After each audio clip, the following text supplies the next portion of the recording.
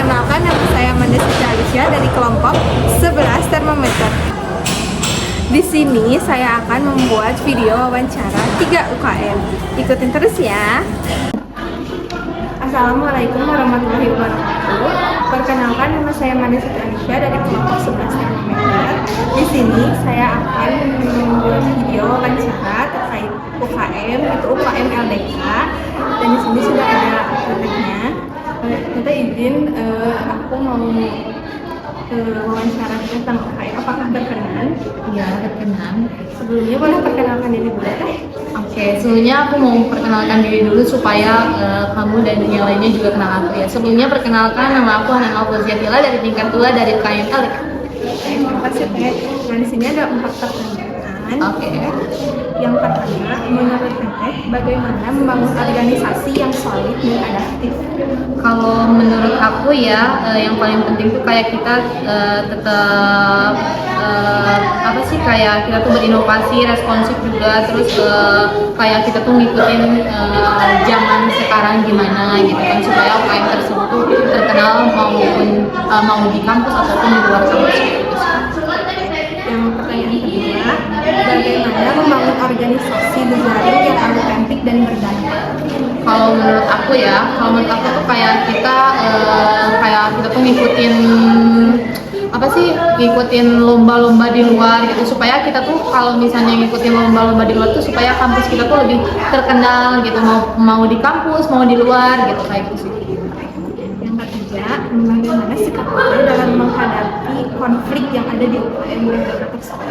Kalau aku menanggapinya kayak kita tuh bareng-bareng, kumpul bareng-bareng gitu, terus kita ngobrolin konfliknya tuh apa sih gitu, terus kita cari jalan keluarnya bareng-bareng, gimana sih biar konflik tersebut tuh nggak terjadi atau terulang lagi gitu. Kalau misalnya udah ya kita langsung apa sih, ngebahas yang lain, kayak cari jalan keluar konflik-konflik yang lain.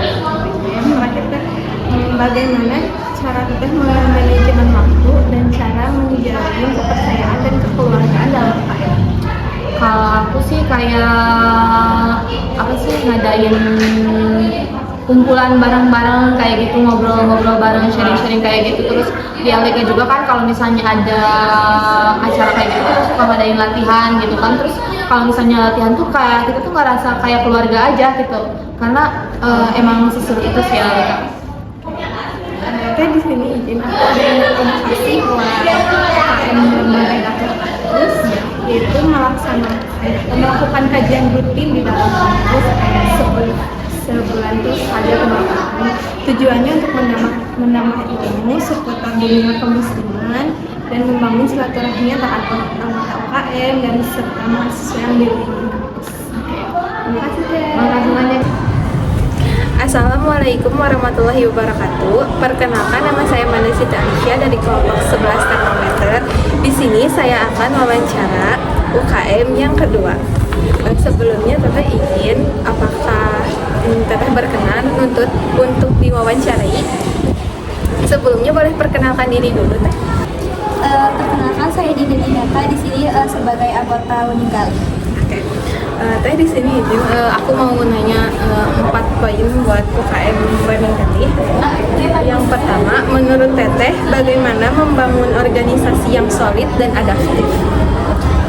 Komunikasi yang pertama sih komunikasi ya, kita harus komunikasi antara anggota juga, terus bisa kerjasama dengan baik, terus kita bisa membangun kekeluargaan juga yang baik ya. Terus kayak kita juga perlu adaptif, karena biar kita nggak ketinggalan zaman tren. Jadi misalnya kita ada proker, kita harus ikutin tren juga biar nggak, yang tetap relevan dan tidak biar tidak ketinggalan zaman.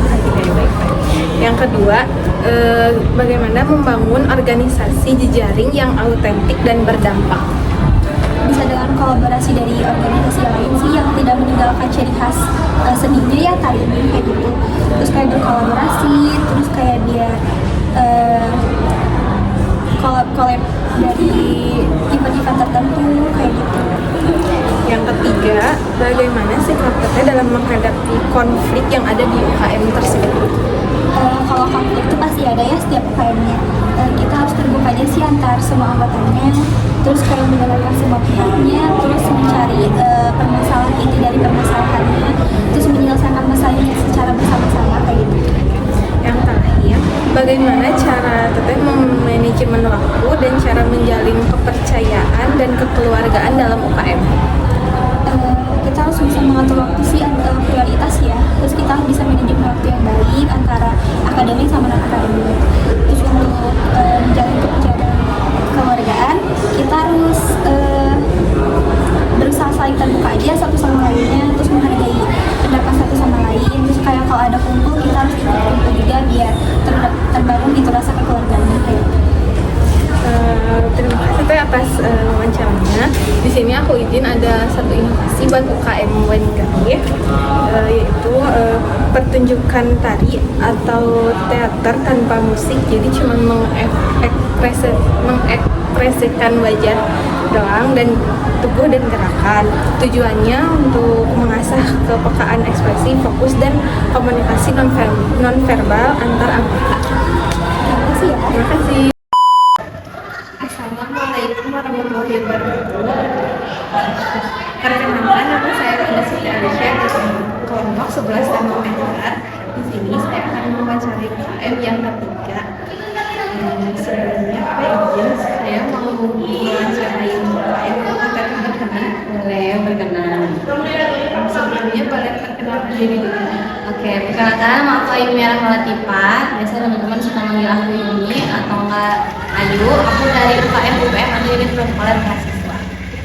Saya izin aku di sini ada 4 UKM di UKM. Yang pertama, menurut Teteh bagaimana membangun organisasi yang solid dan adaptif? Oke, kalau ditanya bagaimana suatu organisasi menjadi solid, mungkin kunci utamanya adalah kita mempunyai rasa percaya kepada sesama anggota.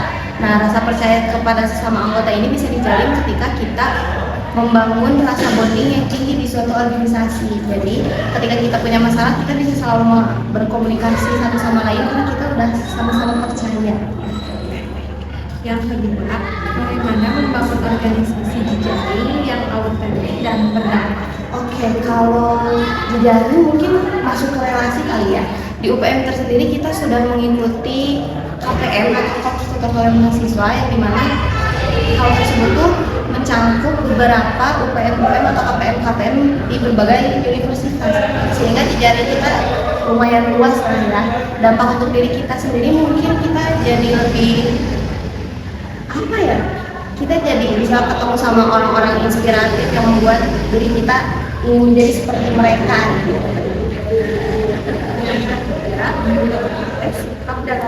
Sikap dalam menghadapi konflik yang ada di UKM tersebut ya.